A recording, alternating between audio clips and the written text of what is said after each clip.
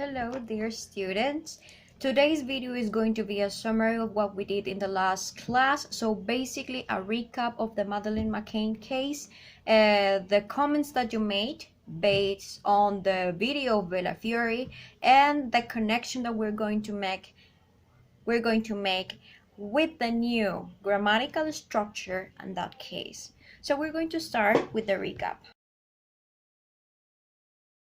So as we discussed, based on the video of Bella Fiore, the information that we have is there was a family of 5, 2 parents, 3 kids, Kate the mother, Gary the father, Madeleine the older sister, and then the twin siblings, right? So they were on vacations, but they were not alone. They were with different families and they were staying in this resort in Portugal where British people tend to have spend their vacations.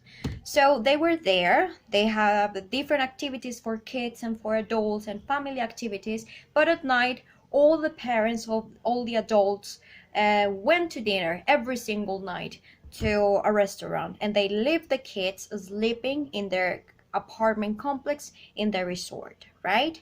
So one night the parents, all of them, were having dinner, and they did checkup runs. So they went to the apartment and they check up on the kids, and they decided to leave the back door open so they can enter easily without waking up the kids and them starting to cry. So they decided to do that. They left the door open, and in one of these rounds the mother realized that Madeleine had disappeared completely, and she ran away, and she ran really fast into the dining room and screamed, "They got her," or "they took her."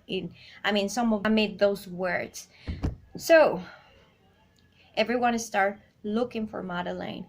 The problem was when they went to the reception and called the police. By the time that the police arrived to the crime scene, it was completely contaminated because at least 20 people have entered and exited the room where Madeleine was staying in.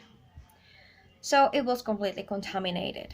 In the past live stream, we were discussing who might be the responsible for this disappearance. The evidence point out towards Madeleine's parents, right? And some of you agree because I asked you what do you think is responsible for this, and the majority of you answer that you believe that were the parents, and some of you believe that were strangers. The ones that answered me or that told me that they believed they were strangers told me it was because an Irish family that was staying in the same resort saw a man carrying a girl in pink pajamas at night, the night that Madeleine disappeared. And the one that told me that they believed they were the parents was because of what she said and because they look really suspicious, right? Some of you also told me that the parents invest a lot of money on this in the research, in the investigation, trying to find evidence. So they don't believe that the parents actually did it because no one will give away that much money for something that they knew never happened, right? Okay, so now we're going to connect this topic or this case to a new grammatical structure. We're going to work with should, have, and verb in participle. So I'm going to use some cards. It's the same cards that I use in the live stream just to make a short review, and I hope that you enjoy this kind of format, okay? Alright, so we're going to review the structure. The structure is basically should. That is a word that you already know because we work with it by giving advice, remember? The second word is have. And the third is the verb in participle. If you don't know the verbs in participle, I will recommend you to use the book and use the dictionary. When there is a list of verbs, usually the third column comes in participle. So it's the verb in infinitive, then goes the verb in past, and then goes the verb in participle. So remember, should, have, verb in participle. We use these words or this structure to express regret and criticism. Regret and criticism. Regret in Spanish means arrepentimiento, arrepentirse.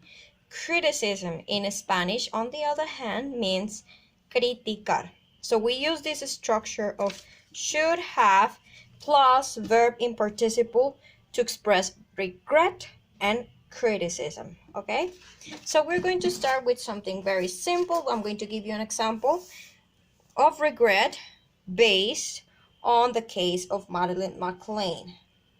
So this is a bubble of conversation. Someone is going to say something expressing regret. Okay, so we're going to start with the parents. So Kate and Gary McCain, right? The parents of Madeleine. They're going to express regret, so they're going to say something, right? Expressing regret. For example, I think that they might feel a little bit guilty, so they say something between the lines of, we should have stayed. Debimos habernos quedado. We should have stayed, right? Look at this structure. Should have verb in participle. Remember that the infinitive form of stayed is stay. So that is the participle. We should have stayed. They are expressing regret. They are expressing regret. Other way to express regret is by saying things that you shouldn't have done. So for example, Kate and Gary, we shouldn't have left the kids alone. No debimos haber dejado a los niños solos. Left. This is the participle of the word leave, right? So they are expressing regret. We should have stayed. We shouldn't have left the kids alone, right? Now let's see what happens when someone expresses criticism, right? Remember that criticism is criticar in Spanish. So this time the people that are going to talk are the general public. Who is the general public? So basically the audience. People like you, people like me, people who listens this case and decides to judge, the police work and the parents' actions, right? So criticism, how can we express criticism? They could say something like this. They should have stayed with Madeleine, right? They're expressing criticism. Están criticando. They should have stayed with Madeleine. When they say they, they're talking about Kate and Gary. So they think that they, Kate and Gary, should have stayed with Madeleine. Debieron haberse quedado con Madeleine. That is a critic. That is criticism. And that's basically it about this structure. So remember, should, then have, and verb in participle. That is the structure. And that's it, kids. Hope you enjoyed the video. Bye.